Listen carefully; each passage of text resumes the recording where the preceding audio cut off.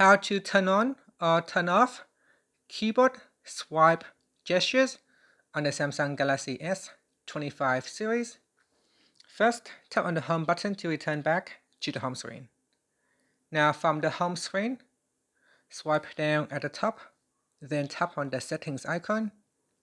Next, in the settings page, we then scroll down, and from here, tap on General Management. Then we go down and tap on Samsung keyboard settings. Next, scroll down, then tap on Swipe, Touch, and Feedback. From here, tap on Keyboard Swipe Controls. Now to turn off swipe gestures, we select No Swipe Gesture. If you want to turn it on, then you select Swipe to Type. And the last option here we have is the cursor control.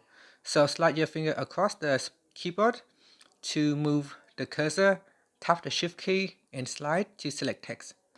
So it's not available on all keyboards and layouts. And that's it. After, you can tap on the back key or tap on the home button to return back to the home screen. And that's it. Thank you for watching this video. Please like and subscribe to my channel for more videos.